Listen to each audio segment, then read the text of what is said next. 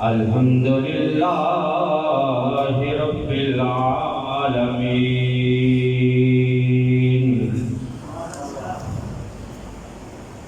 والعاقبۃ للمتقین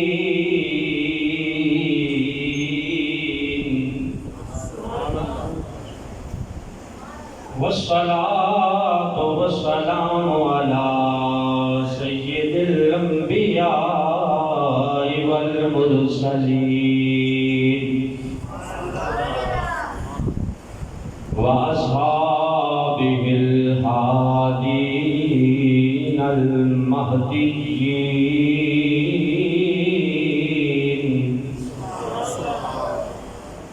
وأولیائہ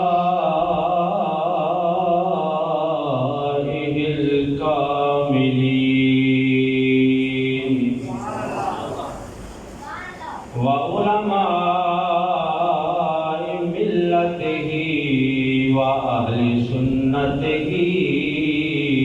اجمعین اما بعد فاعوذ باللہ من الشیطان الرجیم بسم اللہ الرحمن الرحیم الحج اشہر معلومات آمنت باللہ صدق اللہ مولانا العظیم وصدق رسولہ النبی الکریم الامین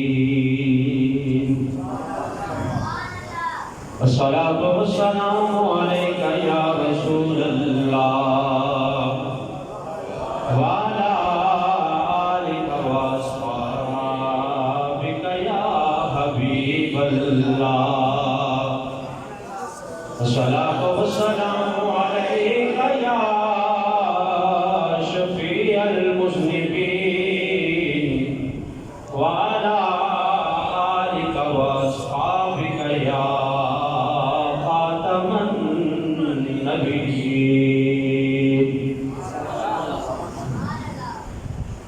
اللہ کرم اللہ کرم اللہ کرم اللہ کرم مل کے پڑھیں اللہ کرم اللہ کرم اللہ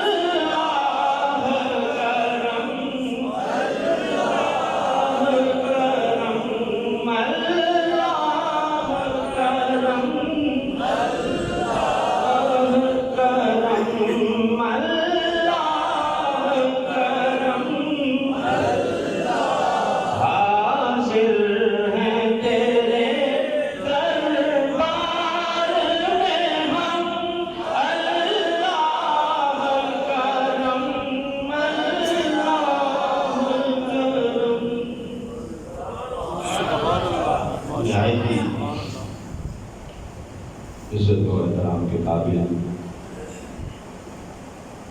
برادران اسلام، آج 9 ذی الحجہ یوم عرفہ کا دن ہے، اور آج کے جمعۃ المبارک کے خطبہ میں نبی پاک صلی اللہ علیہ وسلم کا حج بیان کیا جائے گا۔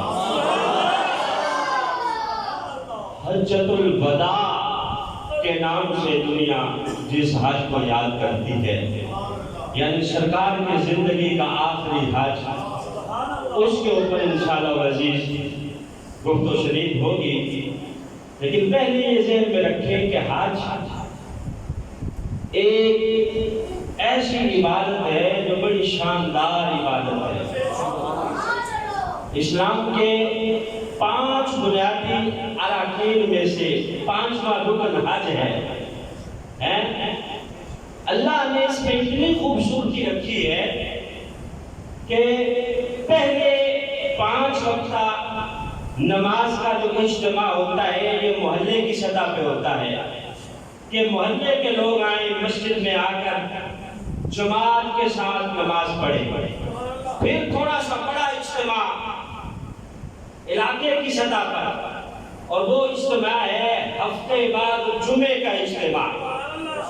یہ نماز والے اجتماع سے تھوڑا بڑا اجتماع، اور پھر سال بعد 2 اس سے بھی بڑے بڑے اجتماعات رکھے، اور وہ ہیں عیدین کے اجتماع، کہ لوگ پورے شہر سے اکٹھے ہو کر ایک مرکز میں آئیں، عیدگاہ میں آئیں، وہاں آ کر نماز عید پڑھیں، ایک دوسرے کے دکھ سکھ میں شریک ہوں، اور ایک دوسرے کے ساتھ محبت کریں، پیار کریں، اور ایک دوسرے کے ساتھ گلے ملیں۔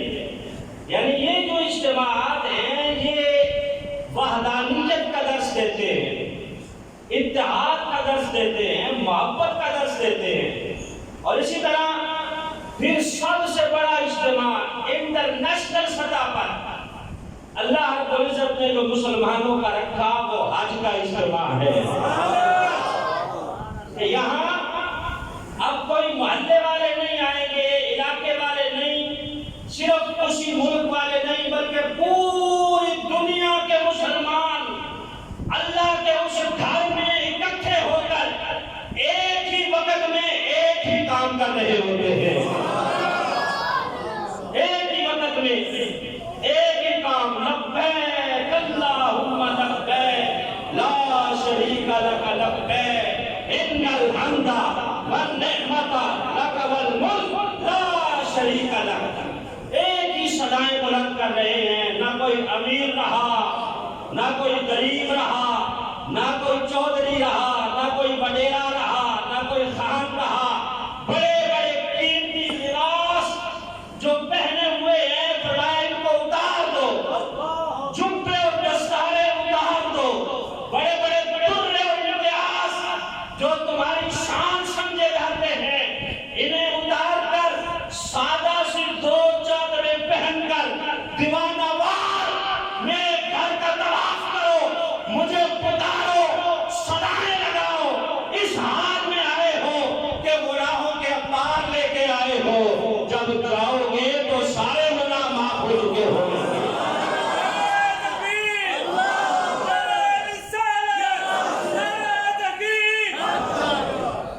وہاں کوئی امیر اور غریب نہیں ہے، کوئی مالک اور غلام نہیں ہے، کوئی نوکر نہیں ہے، کوئی خادم نہیں ہے، سارے برابر ہیں۔ ایک ہی ایسی چادریں سفید سب نے پہنی ہوئی ہیں، اور دیوانہ وار اللہ کے گھر کا طواف کر رہے ہیں۔ یہ انٹرنیشنل اجتماع ہے مسلمانوں کا، جو وحدانیت کا درس دیتا ہے، اکٹھا ہونے کا درس دیتا ہے، محبت کا درس دیتا ہے، وحدت کا پیغام دیتا ہے، امت واحدہ کا درس دیتا ہے، بتاتا ہے پوری انسانیت کو، لوگوں کو، کہ لوگوں نبی پاک کے ماننے والے، خواہ وہ کسی علاقے کے رہنے والے ہیں، کسی رنگ کے ہیں، نسل کے ہیں، یہاں آ کے دیکھو سارے ایک ہی نظر آتے ہیں۔ اور آج اصل میں دعوت ہے